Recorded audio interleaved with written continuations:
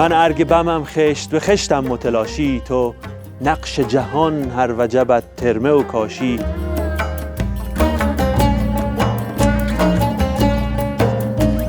این دو قنات ثبت فهرست میراث جهانی یونسکو شدن. درود به همه دوستان، امیدوارم که حالتون خوب باشه. دیروز از سمت راین ما اومدیم شهر بم و الانم در کنار ارگ زیبای بم. بریم شروع کنیم تصاویر اینجا رو با یه طلوع زیبا. سلام خدمت همگی، صبح بخیر.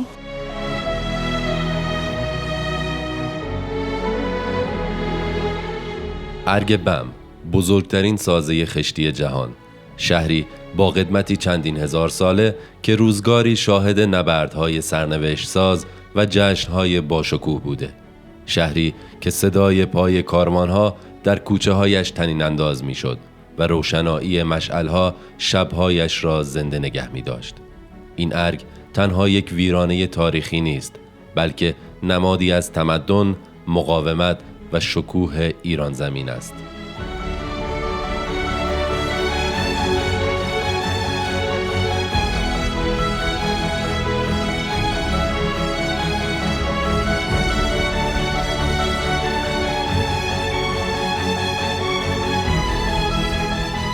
چشمان من و تو را زمین تر می‌خواست، روزی که زمین به آسمان برمیخواست. در زیر خرابه‌اش دلم جا مانده، ای کاش دوباره ارگ بم برمیخواست. با این دو بیتی میریم به استقبال مجموعه جهانی ارگ بم، مجموعه‌ای که یکی از شاهکارهای معماری ایران به حساب میاد و یکی از هایلایت‌های گردشگری در جنوب شرق کشور هست. و به گفته سفیر ژاپن اینکه اگر ما بخوایم ایران رو با 3 تا عکس به یک گردشگری نشون بدیم که تا حالا ایران نیومده، در کنار پرسپولیس، در کنار میدان نقش جهان اصفهان، عکس ارگ بم رو نشون میدیم تا فرهنگ، تاریخ و معماری یک کشور رو به رخ کشیده باشیم.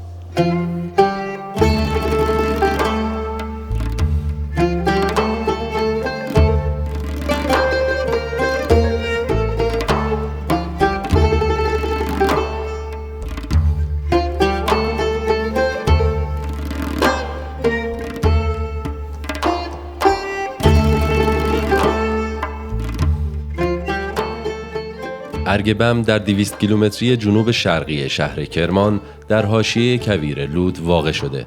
ارگ تاریخی بم و شهر جدید بم در 5 دی 1382 شمسی با زلزله‌ای شدید به ویرانه تبدیل شد. برای جلوگیری از تخریب و شروع مجدد مرمت‌ها، ارگ بم در تیر 1383 به صورت اضطراری در میراث جهانی یونسکو به ثبت رسید.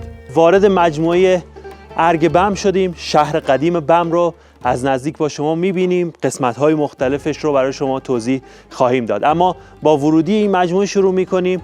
این مجموعه 2 بخش اصلی داره، بخش کهندش که روی یک صخره سنگ ساخته شده و بخش شارستان. ما الان توی بخش شارستان این شهر هستیم. بخوام عامیانه بگم، باید بگم بخش حاکم نشین و بخش عامه نشین. اما اجزای اصلی شهر رو بهتون میگم، شما اصلا یه ایده کلی بتونید به دست بیارید که این شهر از چه چیزایی تشکیل شده. در حقیقت ما بعد از گذشتن از سردری که ورودی دیدید به بازار این شهر میرسیم. ما الان ورودی شهر توی بازار هستیم. انتهای همین بازار سمت راست ما میدون مرکزی شهر رو داریم. حدوداً 528 تا خونه توی مجموعه شهری داشتیم. 2 تا مسجد، مسجد جامع، مسجد محمد، زورخونه، آتشکده، کاروانسرا، حموم عمومی، مدرسه، کنیسه و هر چیزی که شما فکر کنین توی شهر قدیمی احتیاج داشتن اینجا بوده تا مردم فقط برای 2 دلیل از این شهر خارج بشن. دلیل مهم و اول کشاورزی هست و دلیل بعد سفر. اما قدمت شهر رو میگم خدمتتون که قبل از زلزله ما قدمت اینجا رو حدوداً 2250 سال میدونستیم، اما بعد از زلزله خشت‌ها اینجا پیدا کردیم که این خشت‌ها مربوط به 2800 سال پیش هستند و جالب هست بدونید باز باستانشناسا بی بسنده نکردن، توی ارگ بم کاوش‌های انجام شد و ما دیدیم این شهر روی بستر دیگه‌ای از زندگی ساخته شده که مربوط به هزاره 4 قبل از میلاده، یعنی حدوداً 6000 سال پیش. اما خب متاسفانه توی زلزله همونجور که استحضار دارید بخشای از این مجموعه شهری تخریب شده و الان در حال حفظ، احیا و مرمت این مجموعه هستند و خوشبختانه الان ارگ بم اون چهره نزدیک به چهره قبل از 5 دی ماه 1382 رو به خودش گرفته و شما میتونید ببینید. با این 2 بیتی حرفم تموم کنم که من ارگ بمم خشت به خشتم متلاشی، تو نقش جهان هر وجبت ترمه و کاشی، در هر نفسین است دعایم در زیر و بم حادثه آزرده نباشی.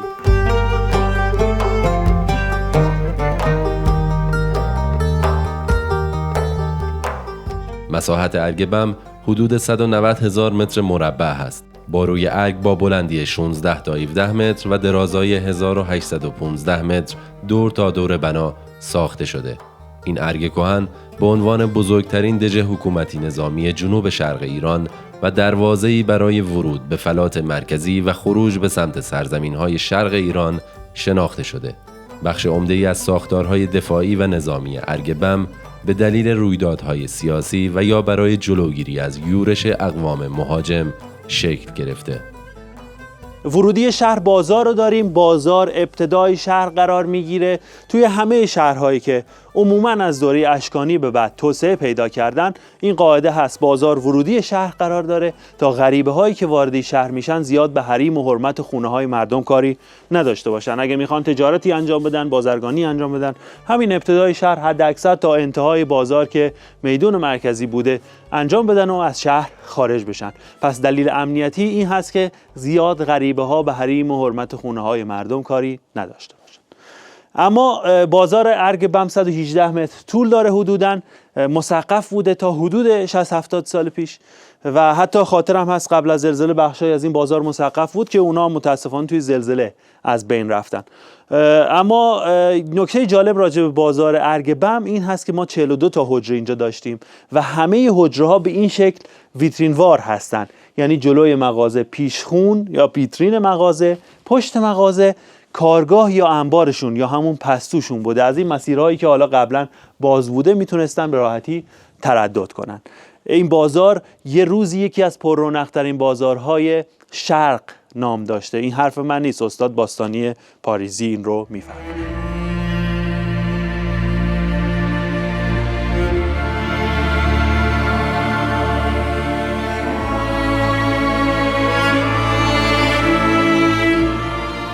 برخلاف دوره معاصر که شهرها به وجود آورنده خطوط ارتباطی هستند، در دوره‌های تاریخی علت ایجاد و یا رونق شهرها جاده‌های ارتباطی بوده.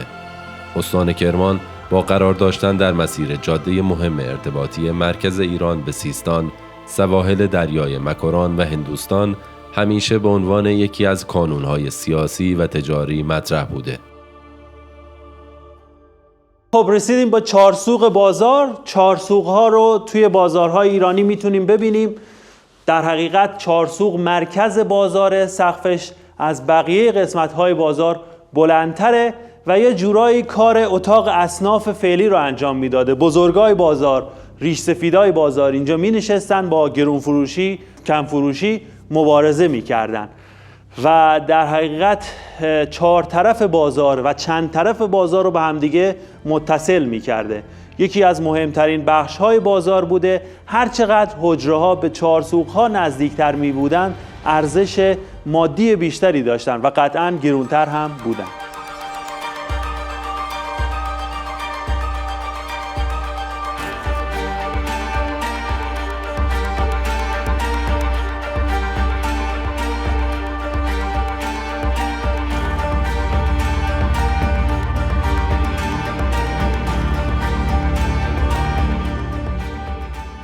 رسیدیم به میدون مرکزی شهر. ببینید همه شهرهای قدیم در ایران میادین مرکزی رو داشتن. اصلا از اجزای جدا ناشدنی شهرهای قدیم ایران میادین مرکزی هستند و در حقیقت این بناهای عام المنفعه که شهر در محور اونها ساخته می شده استخوان‌بندی و محور اصلی شهرهای قدیم ایران محسوب میشن.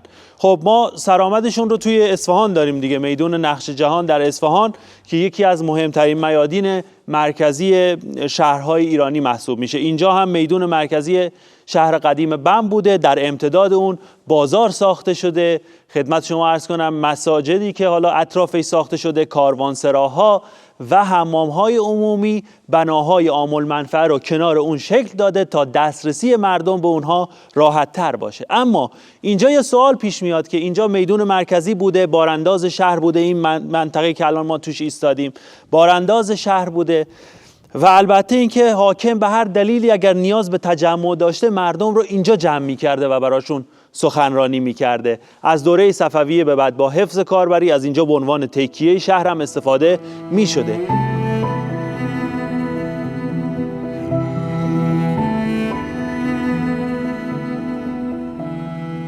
با روی کار آمدن صفویان، حاکمان کرمان مستقیما به دستور پادشاه صفوی انتخاب می‌شد. بعد از انتخاب اصفهان به عنوان پایتخت، توانستند تمام حاکمان ولایات کشور را بهتر کنترل کنند. در نتیجه در حدود 2 سده هیچ گونه نابسامانی در کرمان رخ نداد. حاکمان با استفاده از امنیت ایجاد شده و قدرت اقتصادی دولت مرکزی با ساخت تعداد زیادی پل، کاروانسرا و همچنین بازسازی راه‌ها پس از گذشت 1000 سال دوباره مسیر تجاری فرعی جاده ابریشم را بهره برداری کردند.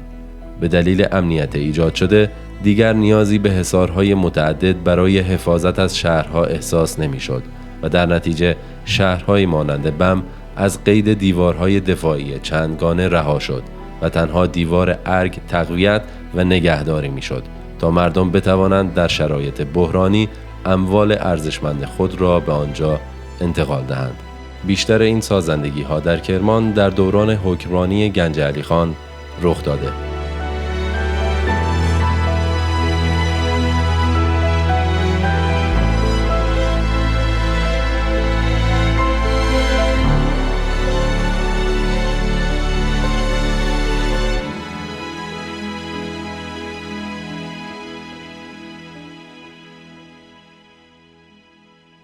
یکی از برج‌های مهم مجموعه شهر قدیم بم این برج استبل حکومتیه. 2 تا برج مجاور بودن که خب متاسفانه یکی از اونا تو زلزله از بین رفته و مرمت هنوز نشده، اما برج وسطی که الان شما دارین میبینینش این برج مرمت شده، به تازگی هم مرمت شده، کار آسونی هم نبود مرمتش. به شخصه خودم فکر نمی‌کردم این برج دوباره مثل روز اول مرمت بشه، مو به مو دقیقاً مثل همون چیزی که بوده کاملاً مرمت شده. اینا 2 تا برج بودن، معروف بودن به برج‌های هوشیار باش بیدار باش. اگه یه زمانی اینا احساس خطر می‌کردن یه نفر بالای این برج، یه نفر بالای اون برج مجاور که الان متاسفانه از بین رفته، تا صبح با این 2 جمله گفتن هوشیار باش بیدار باش مردم شهر رو بیدار نگه می‌داشتن تا در صورت لزوم به لشکر حاکم کمک کنن. 14 متر طول این برج. ما حدوداً 58 تا برج دیدبانی توی ارگ بم داریم که 48 تا از اونها روی حصار هستن و 10 تا داخل مجموعه هستن که امنیت و در حقیقت خدمت شما عرض کنم دیدبانی این مجموعه توسط این برج‌ها انجام می‌شده. یعنی 57 تا از این برج‌ها دیدبانی بودن، یه دونه از این برج‌ها هم دیدبانی بوده هم مسکونی که حالا بهتون نشونش میدیم توی مسیر. ببینید خشت خام ملاتی هست که توی این مجموعه استفاده میشه. ما اینجا آجر استفاده نمی کنیم. اینها خشت ها توی کوره نمیرن که پخته بشن، زیر آفتاب در حقیقت اینها خشک میشن. کلمه انگلیسیش خیلی قشنگ میتونه مفهومشو به ما بگه، sun dried bricks، یعنی خشتی که زیر آفتاب خشک میشه. توی روزهای سرد زمستون ممکنه 3 روز، 4 روز، 5 روز، حتی 1 هفته طول بکشه تا یه خشت خشک بشه و قابل استفاده. اما تو روزهای گرم تابستونی کویری شاید 1 صبح تا بعد از ظهر کافی باشه تا یه خشت خشک بشه و قابل استفاده.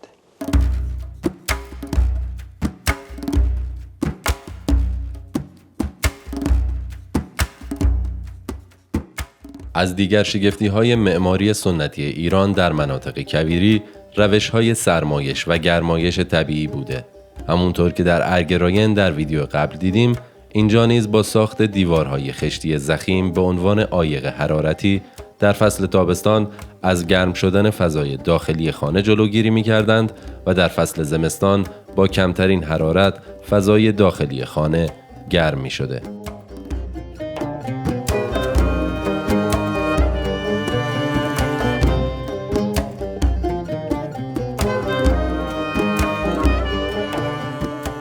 شما بناهای هخامنشی رو تو نظر بیارید، بناهای ساسانی، همینجور بیایم پایین، بناهای اسلامی از اوایل اسلام گرفته تا بناهای متأخر اسلامی، همیشه توشون ما تقارن رو داریم. اما اینجا تقارن به اون شکل رعایت نشده. یه دلیل داره که من جلوتر هم بهش اشاره کوچیک کردم. دلیلش هم توالی فرهنگیه. ما اینجا از 2800 سال پیش خشت داریم تا 190 سال پیش که مردم اینجا رو ترک کردن. پس این توالی فرهنگی باعث این شده که این مجموعه تو طول دوران مختلف ساخته بشه.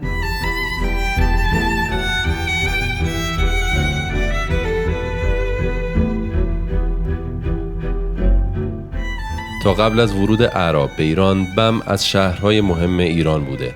بعد از ورود اعراب، رویدادها و درگیری‌های زیادی در این منطقه پیش اومده که باعث تخریب ارگ بم در دوره‌های مختلف تاریخی میشه. اسعدپور در کتاب الماس کویر نوشته زمانی که دژ سیرجان به دست آل بویه بود، محمد ابن الیاس برای خودآرایی در برابر دژ سیرجان به تعمیر و بازسازی دژ نظامی بم پرداخت و این نخستین تعمیر و بازسازی دژ کهنسال بم بعد از تسلط مسلمین بر ایران بود. حاکمیت کرمان در سال 968 میلادی به دستور عضدالدوله دیلمی از آل الیاس گرفته شد.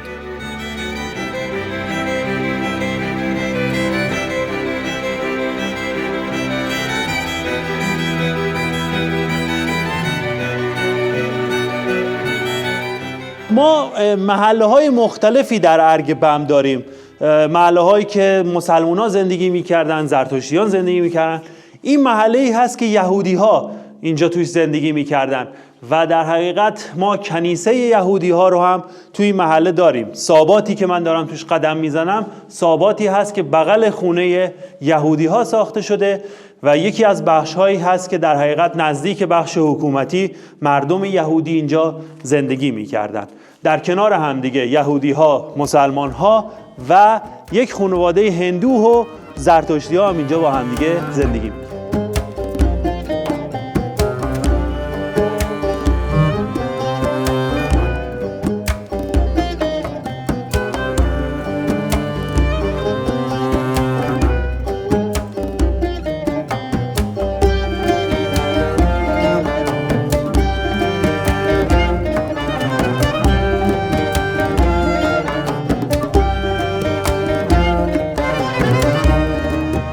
رسیدیم به دروازه دوم. دو طرف دروازه دوم ما دو تا برج داریم. برج غربی توی زلزله کامل تخریب شده، اما برج شرقی توی زلزله خراب نشده. فقط اون تزیینات خشتی بالاش مرمت شده بود که اونها خراب شده بود که اونها هم مرمت شدن. بالای این برج یه سری اشکال چلیپا شکل می‌بینید. وسطش یه تعداد قدیمی، دو طرف جدید. بر اساس قوانین یونسکو ما اون قدیمی ها رو نگه داشتیم که نشون بدیم ما دقیقاً اینجا رو داریم مثل اون چیزی که قبل از زلزله بوده مرمت میکنیم. 4 تا سوراخ تو تنه این برج میبینید. اینا 4 تا تنه درخت خرما هستن که به صورت افقی توی این برج تزریق شده بودن برای استحکام بخشی. شاید دلیل این که این برج توی زلزله کمتر آسیب دیده همین تنه های درخت خرمایی هست که توی این برج تزریق شده بوده برای استحکام بیشتر این برج. یکی از مهمترین بناهای مجموعه شهر قدیم بم استبل حکومتیه. ببینید من به شخص خودم قلعه های زیادی رو تو ایران دیدم. قلعه های مهم ایران رو به جرئت میتونم بگم همه رو از نزدیک دیدم. اما شما تو هیچ کدوم از قلعه های مهم ایرانی استبلی با این شکوه و به این زیبایی نمیتونید ببینید. اصلا این بنا خیلی فاخرتر، خیلی باشکوهتر از یه استبله. 3 تا سالن داشته. سالن جنوبی که الان مشخص هست مسقفه، سالن غربی که توی زلزله به همون شکل مسقف بوده که الان جنوب مجموعه مسقف و خراب شده، و سالن شرقی هم باز به همین شکل. اما وسط استبل ما آب انبار رو داریم. این آب انبار پلانش با همه آب انبارهایی که شما تا حالا تو ایران دیدید متفاوته، خیلی فرق میکنه. اصلا یه همچین آب انباری با این پلان هیچ جای ایران شما نخواهید دید دیگه. اما راجع به آب شهر یه توضیح بدم که آب این شهر از یه قناتی به نام نهرشهر از ضلع غربی وارد می شده. اول می رفته توی حموم عمومی، مخازن و حموم رو پر می کرده، بعد می اومده اینجا توی استبل مخازن این آب انبار پر می شده. توی ضلع شرقی چند تا آب انبار دیگه بوده، مخازن اونا پر می شده و از ضلع شرقی برای مصارف کشاورزی از شهر خارج می شده.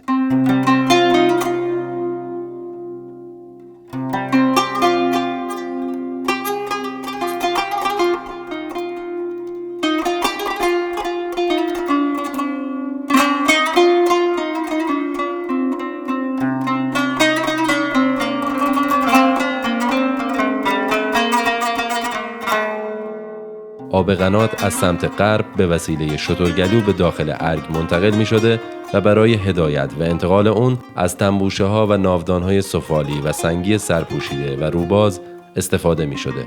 این آب به اماکن عمومی، بخش نظامی و خانه افراد ثروتمند و سرشناس انتقال داده می شده و مورد استفاده قرار می گرفته.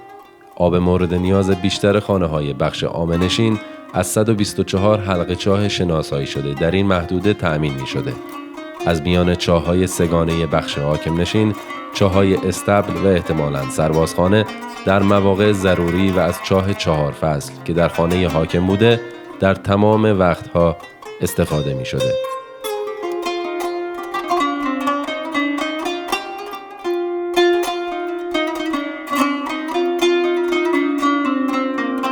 اما یکی از بزرگترین وقایع تاریخ ایران اینجا توی استبل ارگ بم اتفاق افتاده. یه روز به واسطه این اتفاق تاریخی تاریخ ایران عوض شده و به یه سمت دیگه رفت که خاطره تلخ دستگیری لطفعلی خان زنده.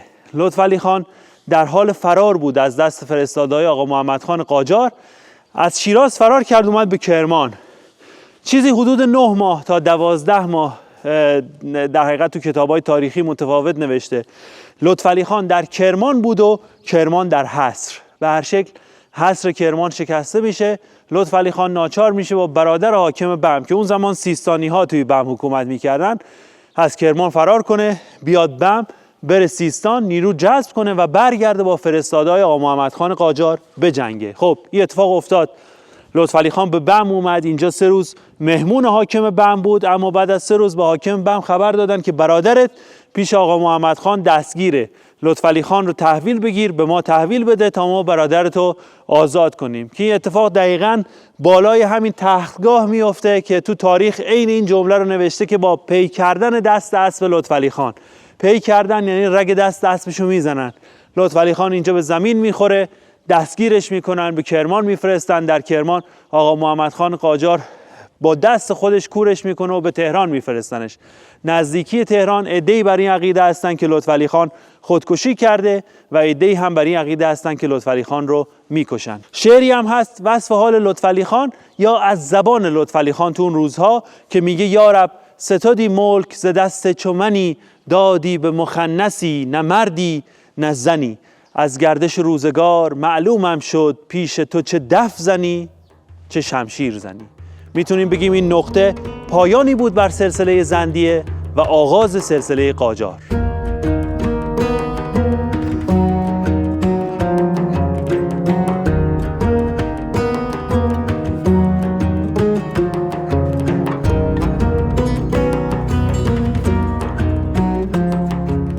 در زمان قاجار 3 بار این ارگ به دستور دولت مرکزی به دلیل نافرمانی و طغیان حکمرانان بم محاصره و آسیب زیادی دید. آخرین بار در سال 1839 میلادی پس از حمله نیروهای دولتی با سلاح سنگین برای سرکوب آقاخان محلاتی، یکی از مخالفان حکومت مرکزی، مردم شهر قدیم مجبور به ترک شهر شدند. پس از این رویداد تنها حاکم و نظامیان تحت امر در ارگ بم سکونت داشتند و سایر مردم در شهر جدید مستقر شدند. در سال 1880 میلادی فیروز میرزا فرمانروای کرمان در سفرنامه خودش نوشته در ارگ نظامیان استقرار دارند و شهر بم که در پای ارگ حکومتی واقع گردیده به کلی خراب می باشد و یک خانوار هم ساکن آن نیست. اگر دولت بخواهد خانه ها را مسطح و شهر قدیم را به باغ تبدیل نماید، بسیار خوب و باصفا می شود. اگر ارگ حکومتی را برای استقرار نظامیان نگهداری کنیم، به صرفه دولت است. حتی المقدور در تعمیرات آن کوشیدیم و همکنون کارگران مشغول تعمیر هستند.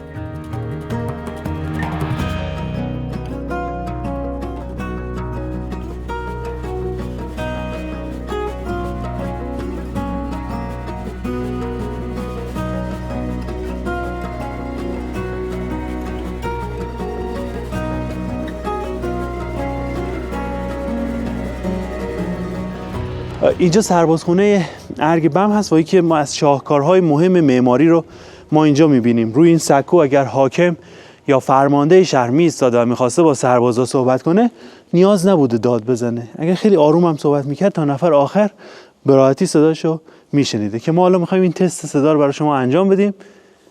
سارا خانم رفتن اونجا و من یه سری کارها به ایشون میگم، ایشون میخوان انجام بدن. روتو بکن به سمت ما سارا جان. مرسی. یه لحظه عینک تو برمی‌داری؟ دست چپ بالا، دست چپ بالا، دست راست بالا. عینک تو بذار، عینک تو بذار، عینک تو بذار. خب مرسی. غذای مورد علاقت چیه سارا خانم؟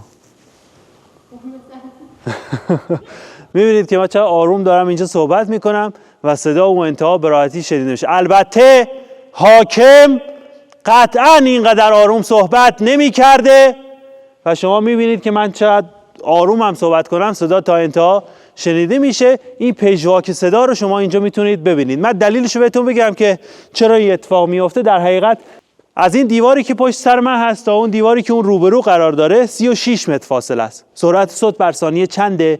بین 330 تا 360 متر بر ثانیه تو دماهای مختلف متغیره. 36 یک دهم آخرین سرعت صوت بر ثانیه است و این تناسب باعث این میشه که صدا به این شکل اینجا پخش میشه. البته ما از این شاهکارها تو کشورمون کم نداریم. مثلا توی مسجد جامع عباسی، تو میدون نقش جهان اصفهان، زیر اون گنبدخونه اتفاق میفته. توی کاخ عالی قاپو یا خیلی جاهای دیگه، حالا یکی یکی اسم نبرم، اما همه اینا یه تفاوت با اینجا داره که ما اینو به عنوان یکی از مهمترین شاهکارهای معماری ایران میشناسیم و اونم مسقف نبودن اینجا هست. تمام اون بناها زیر یک سقف یا زیر یک گنبدی اتفاق میفته، اما اینجا بدون سقفی اتفاق میفته. از این رو به عنوان یکی از مهمترین شاهکارهای معماری ایران ازش یاد میشه. زمین مست و زمان مست، آسمان مست، نسیم از حلقه زلف تو بگذشت، چمن شد مست و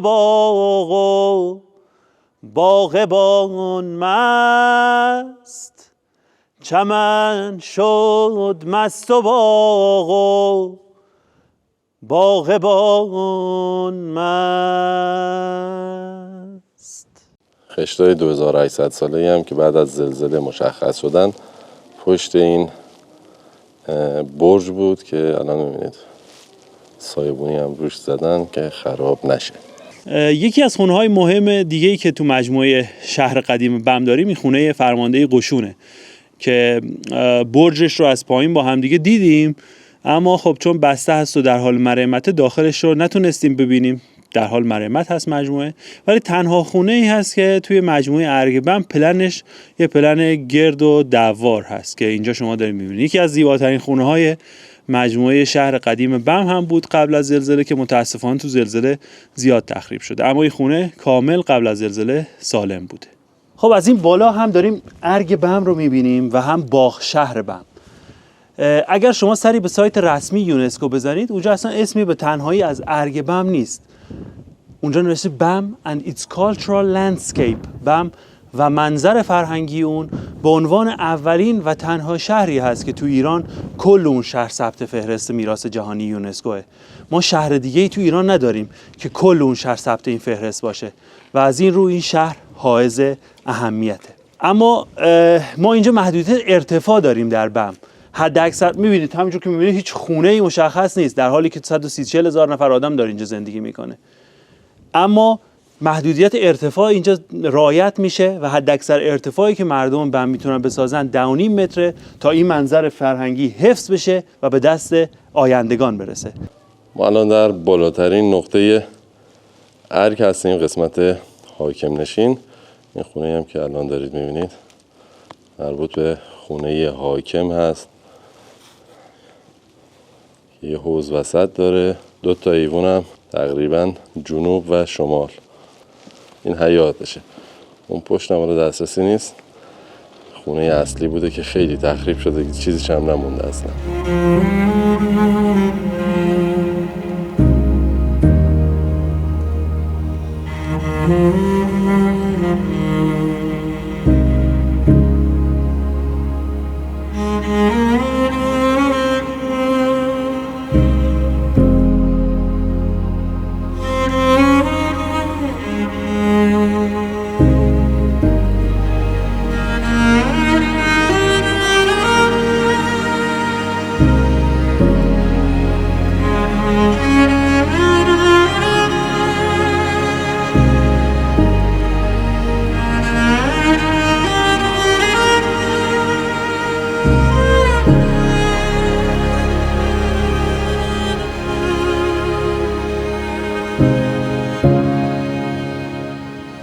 اگر به بم سفر کردید، بم رو بازدید کردید و این مجموعه زیبای شهری رو دیدید، خاطرتون باشه توی سفرنامه‌تون، توی یادگاری هاتون ننویسید که بم تلی از آوار شده است.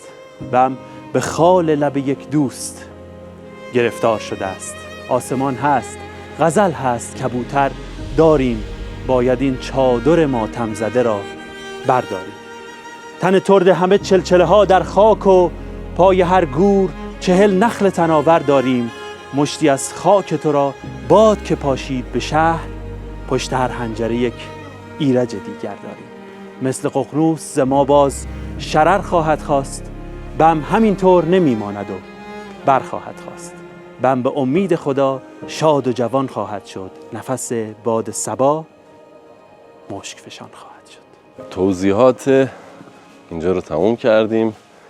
میریم یه نهار میخوریم، میریم سمت قنات اکبرآباد و قاسم آباد که 2 تا قنات جزو قنات‌های ثبتی جهانی هستن، جزو 11 تا قنات ثبتی جهان. حالا 2 تاش اینجا توی بم هست. قبلا هم باز گرفتم، زارچ کرمان، زارچ یزد. زارچ یزد رفتیم، حسن آباد، مهریز رفتیم و قنات اردستان هم رفتیم، قنات 2 طبقه اردستان. ققنوس کویر. ققنوس کویر واژه‌ای هست که به ارگ بم دادن. 5 دی ماه 1382 یک زلزله یک شهر رو ویران کرد. اما همونطور که میبینید ققنوس از خاکستر خودش سر بلند کرده و الان دوباره این شهر زنده است. 2 تا تپه بعد از زلزله بم به عنوان تپه یادمان زلزله درست شد از آوار خونه‌های مردم، بقایای شهر. و از روی این 2 تا تپه شما میتونید نمای زندگی رو ببینید. یاد دادند به ما نخل کمر تا نکنیم، آنچه داریم ز بیگانه تمنا نکنیم. این نخل ها بودن که باعث سرافرازی و زندگی دوباره در بم شدند. اگر این نخل ها در این شهر نبودن، زندگی در این شهر جریان نداشت. 2 تا قنات توی شهر بم هستن به نام قنات های قاسم آباد و اکبرآباد. ما الان کنار قنات قاسم آباد هستیم. تقریباً 10-12 متر اون یکی قنات با ما فاصله داره. این 2 قنات ثبت فهرست میراث جهانی یونسکو شدن با تایتل قنات‌های دوقلو. میدونید هر قناتی که ثبت فهرست میراث جهانی یونسکو میشه با یک در حقیقت شاخصه ثبت میشه.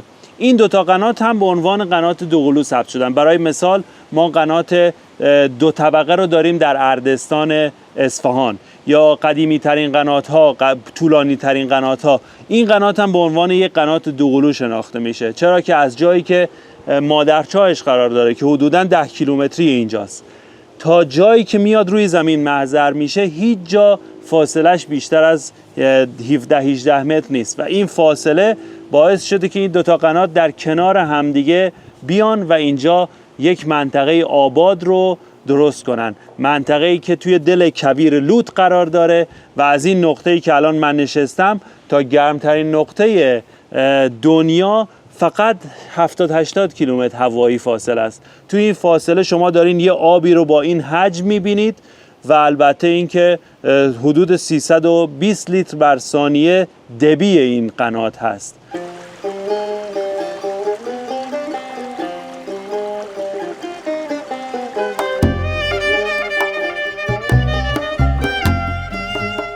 امیدوارم که از دیدن این ویدیو لذت برده باشید. ویدیو قبل از دیدنی‌های راین رو میذارم بالای صفحه، اگر دوست داشتید ببینید. تا ویدیو بعد، بدرود.